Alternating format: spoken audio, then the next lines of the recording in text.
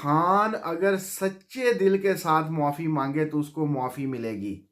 ये बयान दिया है फील्ड मार्शल साहब ने बज़रिया सुहेल वड़ाइच के।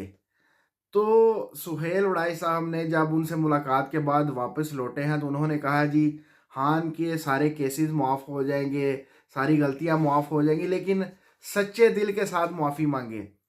अब कोई पूछ लेता जी आप तो अक्ले कुल हैं सुहेल वड़ाई साहब, बच्चों में या कौम में इतनी अकल कैसे कहाँ से आई? आप ही पूछ लेते भाई क्या तरीकाकार होगा तो आप मानेंगे जी अब माफ़ी जो है ये सच्चे दिल के साथ मांगी है। आप वो शराइत पूछ लेते, वो तरीकाकार पूछ लेते जी फलां बंदा इस तरह करे, उल्टा लटक के जो है वो माफ़ी मांगे तो फिर सच्चे दिल के साथ होगी, या मुर्गा बन के कान पकड़ के माफ़ी मांगे, या नाक के साथ सात लकीरें बनाकर माफ़ी मांगे, क्योंकि ये काम हमारे मुआशरे में आम है। जब गुस्से में, बल्कि हम अपनी बात बताएंगे, स्कूल्स में अब तो ये माहौल चेंज हो गया। स्कूल में अक्सर ये कहा कि जाता था जी मुर्गा बन के तो रो रो के ये कहो जी आइंदा मैं सबक याद करके आऊँगा, या नाक के साथ सात लकीरें, या कोई भी। तो सुहेल वड़ाई साहब ये पूछ आते भाई तरीकाकार आप बता दें फील्ड मार्शल साहब, इमरान खान उस तरीके को फॉलो कर ले तो फिर आप, यानी कि आप खान फॉलो करता है या नहीं ये एक अलहदा बहस है, लेकिन कम से कम हम जो हैं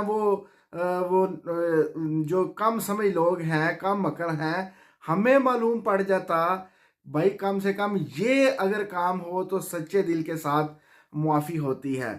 तो अब कौन बताएगा सुहेल वड़ाई साहब, आप खुदारा हमारे लिए बल्कि पूरी कौम के लिए आप एक चक्कर दोबारा फील्ड मार्शल के पास लगाइए और पूछ कर आइए तरीकाकार सच्चा दिल कैसे होगा।